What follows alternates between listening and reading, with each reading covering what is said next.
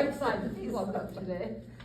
All right, start out at Genesis 35, 16 to 19. That talks about the birth of Benjamin. 35, 16 to 19. And the interesting thing about this, which I never put these things together before.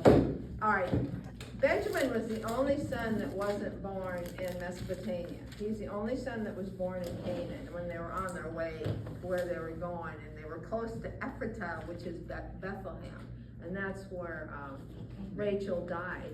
And they have in Bethlehem today in Israel, they have a big, I think it's the same thing as what Jacob did, this memorial he put up for her.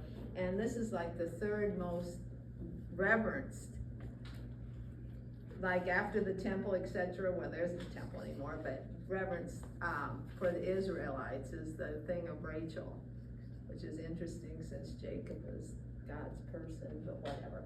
All right, so 35, 16 through 19.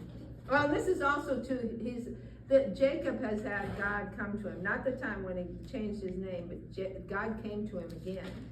After he saw Esau, then God came to him and said, I'm blessing you, you're getting what Abraham and Isaac were promised, you're gonna get it too. And then, so they're on their way to Canaan, and this is when Rachel breathes their last. So, 16 through 19. And they journeyed from Bethel, and there was but a little way to come to Ephrath, which is Bethlehem. And Rachel travailed, and she had hard labor. And it came to pass, when she was in hard labor, that the midwife said to her, Fear not, thou shalt have this son also. And it came to pass, as her soul was in departing, for she died, that she called his name Benoni, but his father called him Benjamin. And Rachel died and was buried in the way to Ephrath, which is Bethlehem. And Jacob set a pillar upon her grave. That is the pillar of Rachel's grave unto this day. The other thing that's interesting in the commentaries or the sermons I was listening to, you don't think about, that was a hard, she was 9 months pregnant. They're on camels, or if she was lucky, it's hot in the desert, it's cold at night. This was really tough, and I don't think she was as tough as Leah. I think Leah was a lot tougher than Rachel. She was kind of the baby head. But, and that was probably too why she had such a hard time. And what a shame. Leah had a lot to be toughened up about. Right, constant, you know, so. Oh, and also the interesting thing, Jacob was 100 when Benjamin was born. Just like Abraham, and, you know, Isaac was born. How old was Rachel, do you think? I think she was way younger, but I don't know, I didn't find anywhere where it said, but she couldn't have been way, way younger, because they got married when. Wasn't he in his 40s when he got married or thereabouts? So she Probably, would be yeah. At least 15. Yeah, right. So So we're talking, he was in his 40s and she was 15, so let's go 25 years. she may have been 70. Whoa, Not Nellie. have a baby. And of course, the second one, but still. 44, when you stop bearing children. Right. But she called him Ben-Oni, which means the son of my sorrow, son of my affliction. And Jacob immediately changed his name to Benjamin because he didn't want the bad luck to be on him. And the names in those days were indications of your character, your destiny, your circumstances, and the name really meant something. And what Benjamin also looked at was courage, military strength, and favor, what Benjamin meant.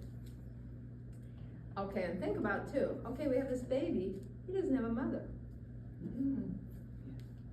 Rachel's gone, everybody's not real happy with the way Jacob's been with Rachel and not their own kids and not Leah and the others.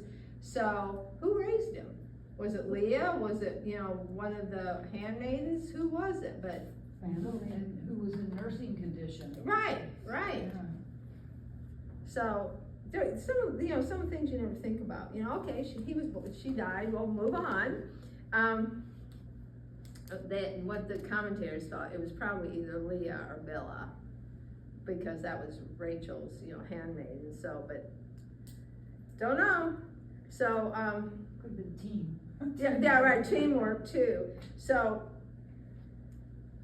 then Benjamin, he is not part of when this whole thing with Joseph happens and he's in his coat of many colors and Jacob sends him to check on his brothers. And that had been an ongoing problem too, because Joseph, apparently, Jacob would send him to check on his brothers and he'd come back with bad reports. So add that to how angry you are about the way favoritism and then about the dreams about you're gonna bow down to me. The brothers just weren't happy with him. So Jacob sends him out to check on the brothers, and they're at Shechem, which is interesting. Shechem seems to have a whole, all through these stories, Shechem pops up. So they're at Shechem. First he can't find them because he thought they were gonna be at Dothan. And he talks to men at Dothan and said, you know where my brothers were? And they said, told him, yeah, they went on to Shechem, they thought. So he gets to Shechem and they see him coming with his coat of many colors and they said, let's kill him. We've had enough of this kid. So he comes up and they attack him but Reuben wants to save him and said, no, let's not kill him. Let's just throw him in the pit. So they threw him in the pit and it was a waterless pit, probably scary and deep. And then Reuben left. And who knows why? That was another one of the commentaries. Why did Reuben leave? Didn't it kind of imply that he was gonna sneak back and get him out? take him Yeah. So he stayed full Apart. face with the brothers. Right. Yeah. Well, that didn't work out so well. No. The Midianite traders and Ishmaelites came by and Judah said, okay, let's sell him because, why kill him? He's our brother. And so they sold him for 20 pieces of silver and he's off down to Egypt. Another point that the commentators brought up, why didn't Joseph ever protest? Why didn't he say, those are my brothers? Presuming that Jacob was well known and Abraham and Isaac, but the Ishmaelites and the Midianites knew about Abraham. And why didn't he ever say, I'm the son of Jacob, the grandson of Abraham, or grandson of Ishmael, the great-grandson of Abraham? Why didn't he ever protest? And another interesting question that people brought up was, once he became, after all his trials in Egypt, once he became the high up second to Pharaoh, why didn't he go back to Jacob and the brothers? At least to Jacob and to Benjamin, because Benjamin wasn't involved in the selling thing. So once he became the Bizarre of Egypt, why didn't he send, or at least send people back to see if Jacob was still alive, or if Benjamin was still alive? Don't know. Maybe he was so angry about his brothers and it took him that time to get over what was going on. I also like in Genesis 42, 36 to 38, we're pretty close to 36 to 38, 42, 36 to 38.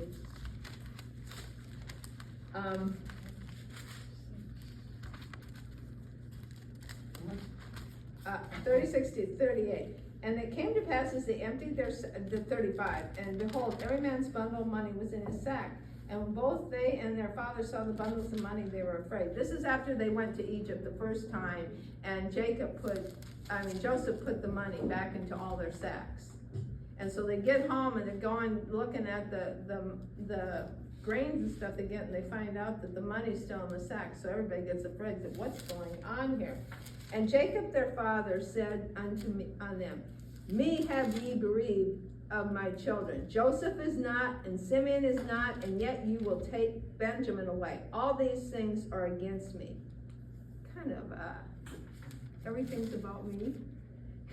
Yeah. Simeon is there supposedly in jail in Egypt, and it's all, everybody's against me.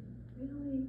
You're God's chosen. I just find that I have a really hard time being very sympathetic towards Jacob. The way he treated the not sons of Rachel, and it just provoked it. And didn't he see that? Didn't he see what was going on?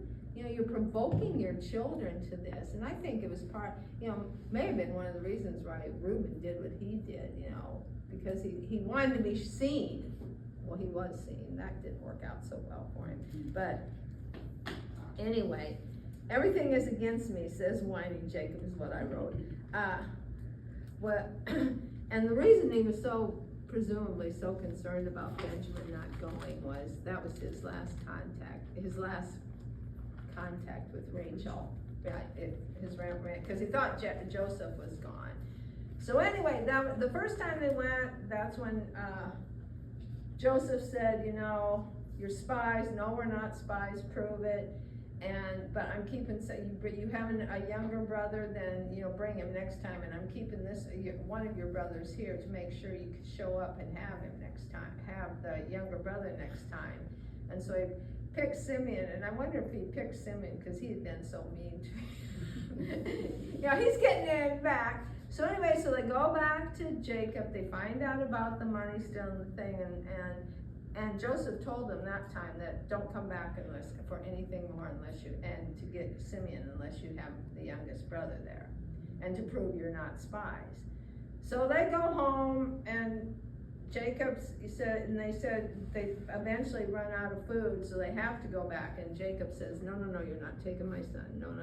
Which is another thing, you know, I'm gonna be dead if he's no longer with me. What about the rest of us? You know, the other 11. Really? You're going to be dead for this one? What about the rest of us? Especially Judah, who's, you know, Jesus. But anyway, finally, first Reuben, like we talked about, says to Jacob, I promise, if I don't bring Benjamin back, you can kill my 2 sons, which is kind of extreme, and kind of the way I guess Reuben was, and that's why Jacob really didn't trust him. But then Judah stepped up and said, we gotta do this. If we don't go, we're all gonna die. Yeah. So he said, oh, Judah must have had a more imposing presence. And so he said, yeah, you can take him. And Judah said, you know, it'll be on me forever if I don't bring him back. What does that mean? It'll be on you forever, but whatever. So Jacob agrees. They go to Egypt to get the food, and and that was also, it shows, okay, it'd been 20 years now since Joseph had seen Benjamin. So Benjamin was probably 5, 6 when because Joseph was 17 when he got sold into Egypt. So Benjamin was probably 5 or 6. So now he's 25, and seeing him for the first time, and isn't it that Joseph recognized his brothers immediately? I can understand why they didn't recognize him, because he was probably all duded up in the Jew. Well, and he was a little boy. Right. That's changed, but the boys, the older ones. Right, were probably, more adultish. right, you're right. It didn't change quite so much. Right, and also, I've seen like pictures of it and the movies and stuff, and Joseph is all, you know, make-upped up and has all the stuff on the paraphernalia around him, so it might have been a little bit hard to, especially, who would even think that? Yeah. That your brother that you sold into slavery is now second in line. But don't you think they probably think he might have been dead too? That somehow he would, right. So they wouldn't be, you know. Looking for him. Right. They just wanted money. So on Genesis 43:16. Oh no, it starts at 43:11-14. And their father Israel said unto them, if it must be so now, do this, take of the best fruits in the land in your vessels, and carry them down to the man a present, a little balm and a little honey, spices and myrrh, nuts and almonds. Like I said the last time, why weren't they eating that? Why were they so starving? They had honey, spices, myrrh, nuts and almonds. Not myrrh, they weren't gonna eat myrrh, but nuts and almonds. I mean, that it wouldn't be real, but it wouldn't keep you from starving. And take double money in your hand, and the money that was brought again in the mouth of your sacks, carry it again in your hand. Peradventure it was an oversight. Take also your brother, and arise, go again unto the man. And God Almighty give you mercy before the man, that he may send away your other brother and Benjamin. If I be bereaved of my children, I am bereaved. So I guess here he's... What will be, will be. Yeah, right. So, okay, so they, and 43:16, And they took, well, anyway, they took the presents, they took double money in their hand and Benjamin, and rose up and went down to Egypt and stood before Joseph.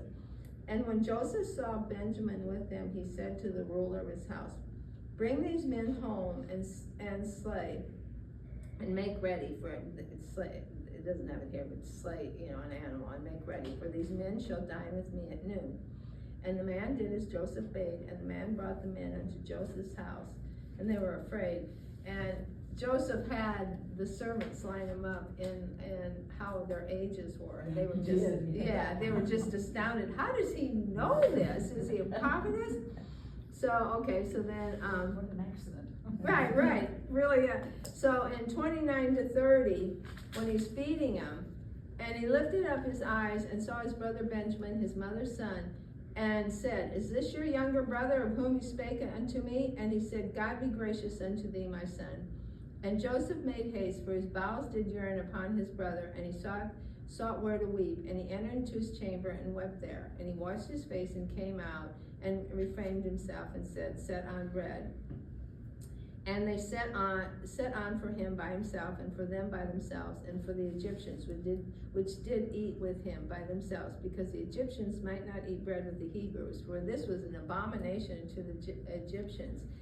So they were all in different places, and he gave Benjamin 5 times the amount of food that he gave all the other brothers. And that was the beginning of the test to see how the brothers would react when Benjamin was favored over all of them. And they still couldn't figure that out. I know, really, all right. So, okay, so Joseph does the deceit and trick. In Genesis 44, 1-2, and he commanded the steward of his house, saying, fill the men's sacks with food as much as they can carry, and put every man's money in the sack's mouth, and put my cup, the silver cup, in the sack's mouth of the youngest, and his corn money. And he did according to the word that Joseph had spoken. And then Joseph sends after him and said, somebody stole my silver cup. And they all like, no, not it. And so they go rummaging through it all, and they find it in Benjamin's sack. And they were all freaked out. This is what Dad thought was gonna happen. So 44, 1 and 2, 44, 12 and 13. Okay, 12 and 13. And he searched and began at the eldest and left at the youngest, and the cup was found in Benjamin's sack. Then they rent their clothes and laden every man his ass and returned to the city. This was at the beginning of the test, because they could have said, okay, Benjamin, it's your deal, goodbye. So, but they all rent their clothes and then go back into the city to try and figure out what's going on and to save Benjamin. But Benjamin was quite relaxed and happy. I think he had a divine intervention. Right. Joseph was his brother in some way. If you look at it, you will think, because he wasn't upset, and he was just calm, and even though the cup was in his sack, he didn't worry about it. There's something between them two that I think that really united them in a way. Could be. Okay, so the boys go into deep despair in mourning, tearing their clothes. And Judah and his 44, 14 to 16. And Judah and his brethren came to Joseph's house, for he was yet there, and they fell before him on the ground. And Joseph said unto them, what deed is this that ye have done? Want not you that such a man as I can certainly divine, which means be able to decide what's going on?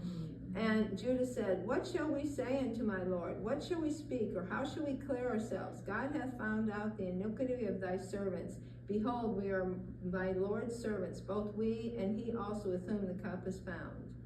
And he said, God forbid that I should do so, but the man in whose hand the cup is found, he shall be my servant. And as for you, get up and go in peace to your father.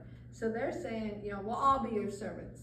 And he said, no, I won't, that's unfair. I'll just be the guy that had the silver cup. And then in Genesis 44, 18 to 34 is Judah's speech, and it's one of the most best speeches in all of the Bible, where he talks about Then Judah came near him and said, O my lord, let thy servant, I pray thee, speak a word in my lord's ears, and let not thine anger burn against thy servant, for thou art even as Pharaoh. My lord asked his servant, saying, Have ye a father or a brother? And we said unto my lord, We have a father, an old man, and a child in his old age, a little one, and his brother is dead, and he alone is left of his mother, and his father loveth him. That must have been hard to say. And thou saidst unto thy servants, Bring him down unto thee, that I may set my eyes upon him. And we said unto my lord, The lad cannot leave his father, for if he would leave his father would die.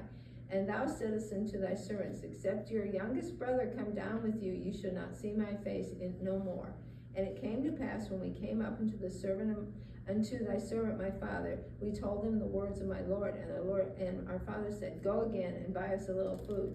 And we said, We cannot go down if our youngest brother be with us, and we can go down. For we may not see the man's face, except our youngest brother be with us. And thy servant my father said unto us, You know that my wife bare me 2 sons. How about the other 10? But okay. My wife bare me 2 sons, and the one went out with me, and I said, Surely he is torn in pieces, and I saw him not since. And if you take this one also from me, and mischief befall him, you shall bring down my gray hairs with sorrow to the grave. Now therefore, when I come to thy servant my father, and the lad be not with us, seeing that his life is bound up in the lad's life, it shall come to pass, when he sees that the lad is not with us, that he will die. And thy servant shall bring down the gray hairs of thy servant our father with sorrow to the grave. For thy servant became surety for the lad unto my father, saying, If I bring him not back unto thee, then I shall bear the blame to my father forever. Now therefore I pray thee, let thy servant abide instead of the lad, a bondsman to the Lord, and let the lad go up with his brethren. For how shall I go up to my father, and the lad be not with me, lest peradventure I see the evil that shall come upon my father. So this was, Joseph knew that they had changed, Judah, who had told him, let's sell this guy, now saying, I'll be the one that'll stay and be your servant, but let him go. And his pleading for Jacob also, and about how he loved his 2 sons, which, okay. So and 45, 14, and 15, and this is when he tells all the Egyptians to leave the room, and that's when he reveals who he is, that I am Joseph. Okay, so 14, and he fell upon his brother Benjamin's neck and wept, and Benjamin wept upon his neck. Moreover, he kissed all his brethren and wept upon them, and after that his brethren talked with him. And the fame thereof was heard in Pharaoh's, the fame thereof was heard in Pharaoh's house, saying, Joseph's brethren are come, and it has pleased Pharaoh well, and his servants. And Pharaoh said unto Joseph, Say unto thy brethren, This do ye, lade your beasts and go, get ye into the land of Canaan. So Pharaoh is so impressed with Joseph and likes him so much that it extends to Joseph's brothers and family, and he gives them wagons to take all the food back to the family. Good change of heart. Say what? It's a good change of heart for Pharaoh. Right. So, okay. So then the next thing we see is Genesis 49:27, which is the blessing, Joseph's blessing, when he's doing when he's dying, and he tells all his sons. And this one is Benjamin. Benjamin shall raven as a wolf. In the morning he shall devour the prey, and at night he shall divide the spoil. And this indicated that Benjamin was going to be a really, really fierce warrior. And in fact, and we're going to see that when we talk about the Gibeah thing. When that all started, Israel, the rest of Israel's tribes got 400,000 men together to fight Benjamin's.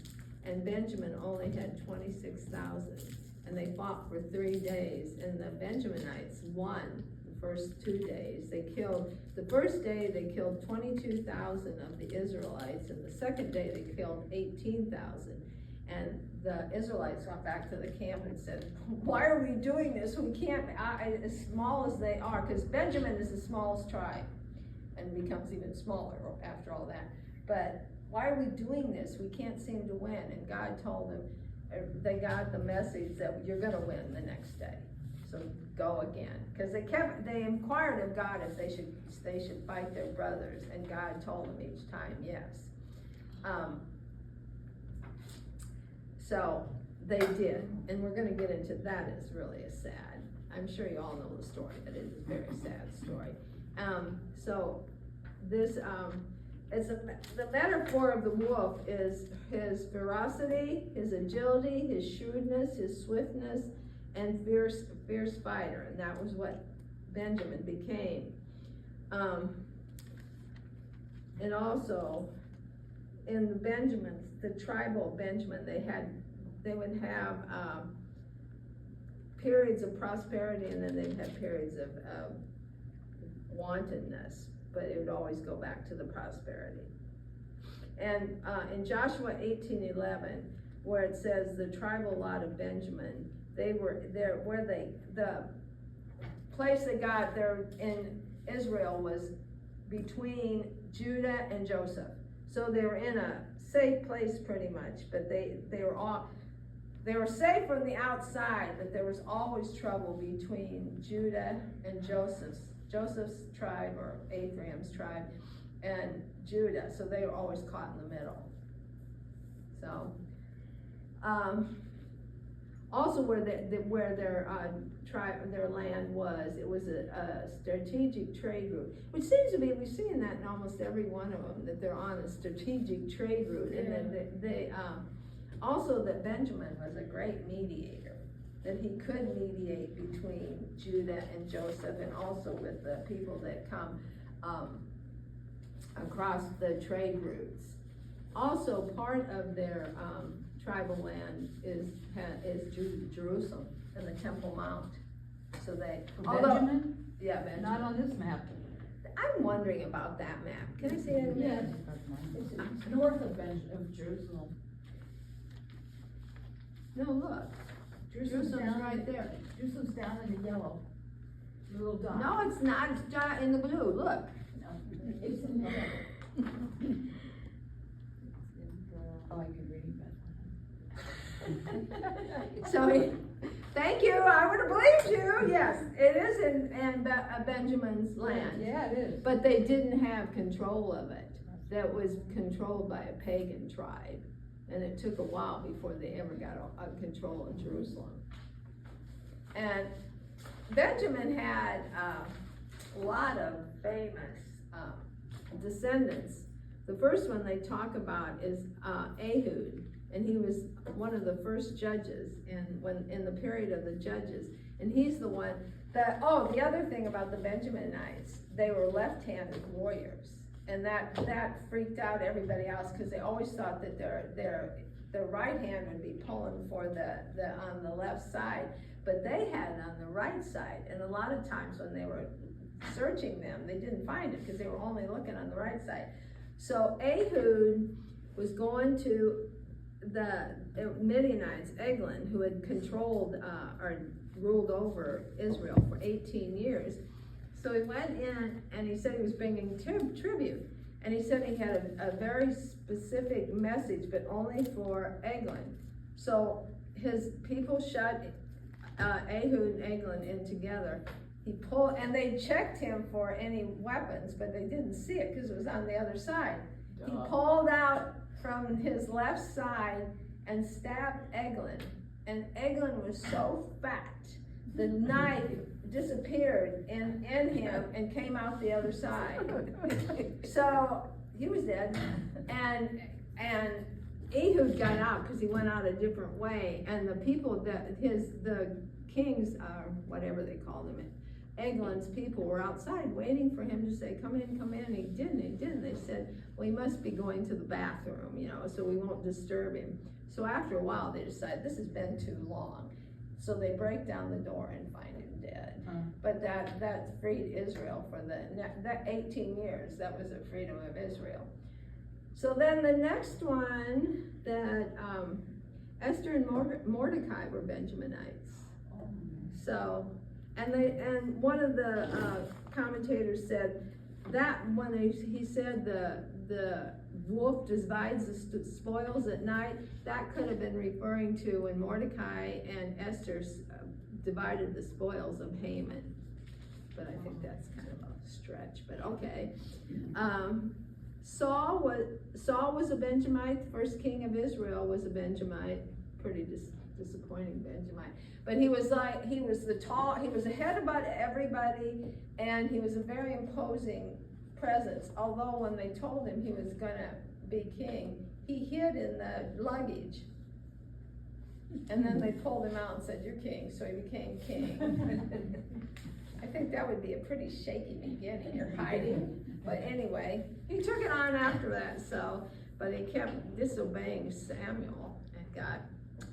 And Paul was a Benjaminite. He was very proud of that fact. I'm a Pharisee of Pharisees, a Benjamite of Benjamites and stuff, but that was, he was very proud of the fact, and it was lucky Paul. It's amazing after what happened, what happens at Gibeah, that these people came out of Benjamin, because Benjamites were down to 600 men of the total, which, okay, we're gonna go over this, but I find it hard. Where were the Benjamite women? But according to the Bible, I'll get to where it is, that there was this Levite. Oh, and I have a problem with this Levite too. This Levite had his concubine, and she went back home to her father, and then he came and got her, and the fathers kept saying, stay here, and he said, no, finally they went.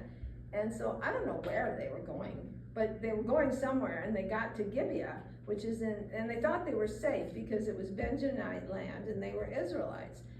And so, and what you did apparently in those days when you go into town, you wander around and see if somebody's gonna ask you if you'll come in, and there were no inns or there were any restaurants and stuff. You had to wait and see if people, and nobody was offering him anything. But finally this old man came out and said, you need to, don't sleep in the square, but you come home. So they went to his house, they had food and wine and everything. And then, like in Sodom and Gomorrah, these evil men of the town came to his door and started banging on his door and said, give us that man that came in, we want to abuse him. And the old man came out and he was really scared, and he said, no, you can't do this to my, for the Israelites were so big on hospitality. You can't do this. I've offered him hospitality. You can have my virgin daughter, and listen to this. And the Levite said, you can have my concubine, but don't do anything to me. Oh. So they said, no, we want the man. And because the Levite was so afraid, he threw the concubine out. They raped her and abused her all night long. And when morning came, she crawled up to the door, and they didn't even answer the door. I mean, maybe they didn't hear it or something, but you'd think they'd be watching to see. And when the Levite opens the door, he sees her laying there, and he said, come on, let's go. Okay. And she didn't answer her because she was dead. Okay, so he's so upset. I don't know why he wasn't punished. But anyway, so he took it, he put the dead concubine on his donkey, went to wherever he was going, cut her up into 12 pieces, and sent each of the tribes a piece of her, and said, this is what happened at Gibeah. And the rest of the Israelites are all, freaked out. I still don't understand, why aren't we freaked out about him? He threw her out there. But anyway, so they're all upset about this. This is an evil that can't be in our midst. We got to get rid of the Benjamite tribe. So they did, though, the 400,000, can you imagine that amount of people? 400,000 of the of all the tribes showed up at Gibeah. But they first went to the elders of the city and said, give us the evil men, we will kill them, and that'll be the end of it, get rid of the evil in Israel. And the Benjaminites said, no, we're not giving us the men. We're not giving up the men. The tribal loyalties were more important than their morals, I guess. So they start for battle, and the Benjaminites only had 26,000 people. The Israelites had 400,000. First day of the attack, they were. Wait, I'm confused. Benjamites are Israelites. Yes, but we're talking about not the Benjamin, the 11 other tribes of the Israelites. All right. So, right, the rest of the Israelite tribes. Okay. got it. Okay, so they all meet and they say, okay, we'll give you the chance. No, we're not gonna have our men, which was so stupid because everybody went then. So the first day they were really good with slings and swords and archery. So they were killing like crazy, apparently. They got 22,000 the rest of the Israelites that day. And it doesn't say how many of the Benjamites on that day got killed. The second day, they said, okay, we're gonna get them this day. And that's when they killed 18,000 of the other Israelites. And so that's when they said, I don't know if we can keep this up. We can't beat them. And that's when God told them, no, you're gonna win the next day. So what happened the next day, they had some strategy finally, I guess. Part of the Israelites went behind the city of Gibeah, and the rest stayed in front, and they came after him, and the Benjaminites thought, well, we're gonna kill another round and we'll be okay. Well, in the meantime, the other set of Israelites came into Gibeah and started the city on fire. And so they see the city's on fire, the Israelites are in front of them. They wipe out the Benjaminites, and all there's left of the 26,000 is 600 men. And what about all the women and children? It doesn't say that, but that's their 600, and they escaped. They went to the hills of, I can't remember, Rimmon. The rocks of Rimmon, there were places where you could really hide. And that's when the Israelites got together a little late in the game and said, these are our brothers. We can't lose a whole tribe of Israelites. So they decided, but there's no women, so they're not gonna be able to have any women. So what the Israelites did, they went they asked who didn't show up to support us against Benjamin, and the Jabesh something or other didn't come up. These Israelites, the Israelites of Jabesh didn't come to help against the Benjaminites. So they just went to them and took 400 women to use as their wives for the Benjamites. But that was not enough, because there were 600 men and they only had 400. Yeah, right. Yeah. No, but then they said there was a festival going on, and that the women, and this was in where was this place?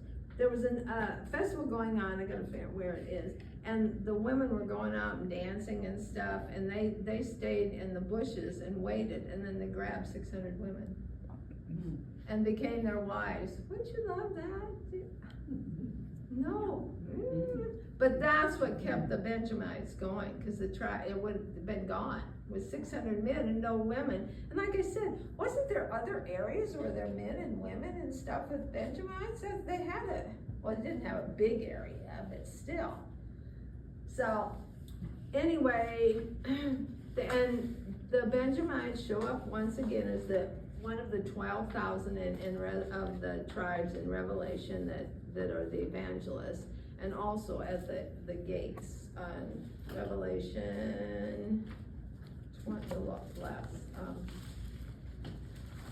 Okay. Oh dear.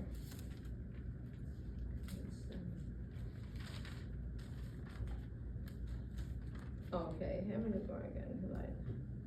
Oh, and also Benjamin's stone was jasper, in case you were wondering. And I don't find where it says about the gates. I didn't write it down.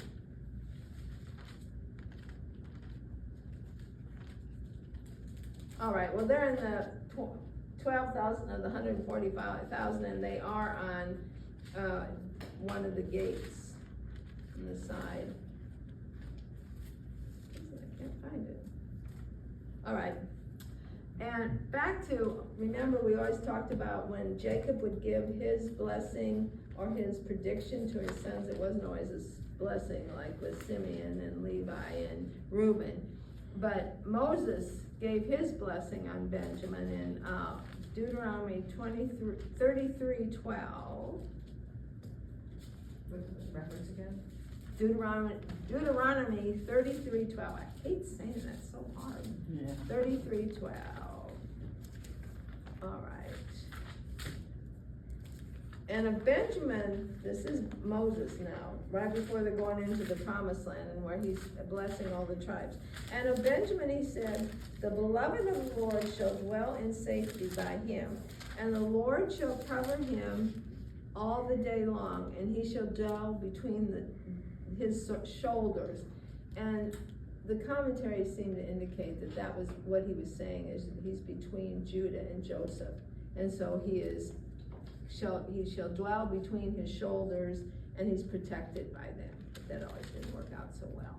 And then Joseph always gets the longest. Joseph is in 33:13.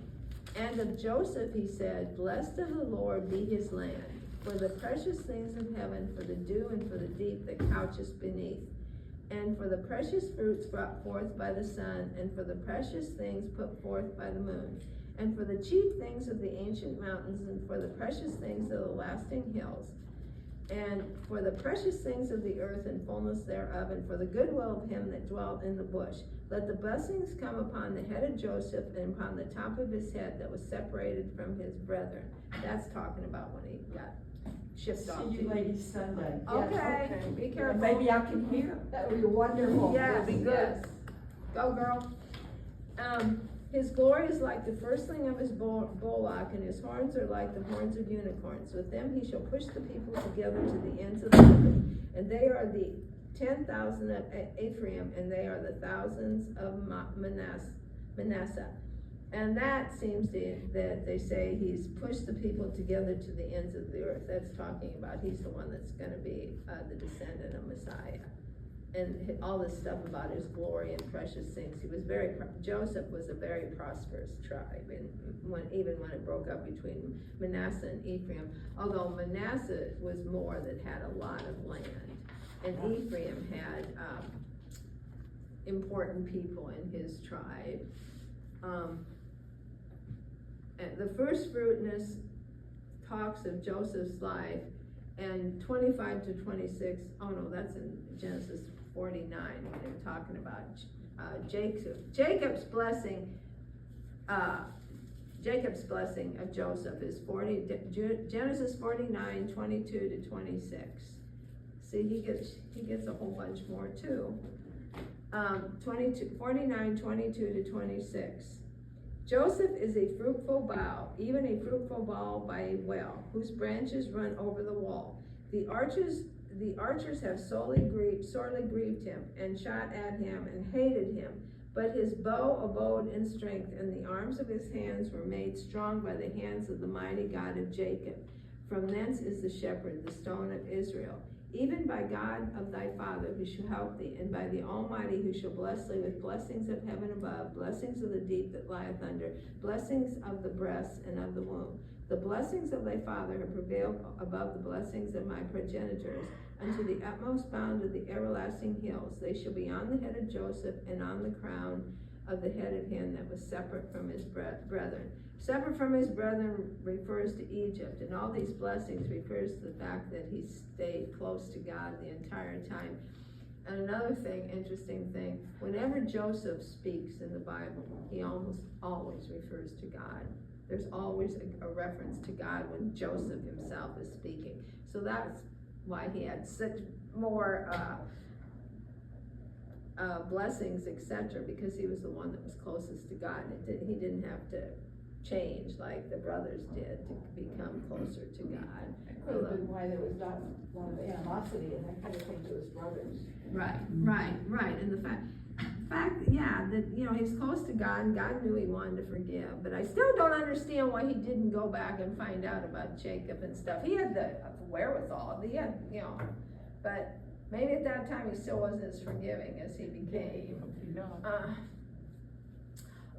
Joseph married Asenath, who was given to him once Pharaoh made him second command.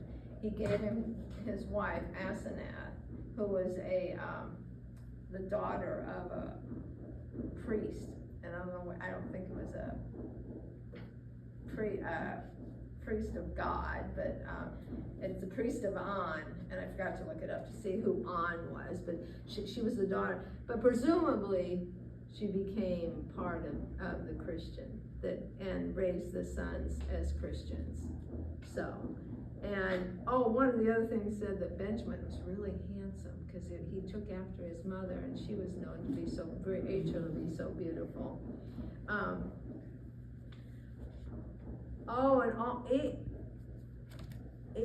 Ephraim had the greatest individuals in his tribe because Joshua was an Ephraimite, but Manasseh had the largest land allotment. It was on both sides of the Jordan. Is it in there? Can I see it? I can't find what I did with mine. That's a big one, is Ephraim. Not as big as Judah or Manasseh. Look at Manasseh. Oh, right. Yeah. Oh, right. Manasseh is on both sides of the. Cuts everything in half. And that was another thing about, Manasseh got such a big thing because of his son of Joseph. Well, one half on one side and the other, Ruby Gad, and half of Manasseh was on the Right, side. right. So, okay, so there's.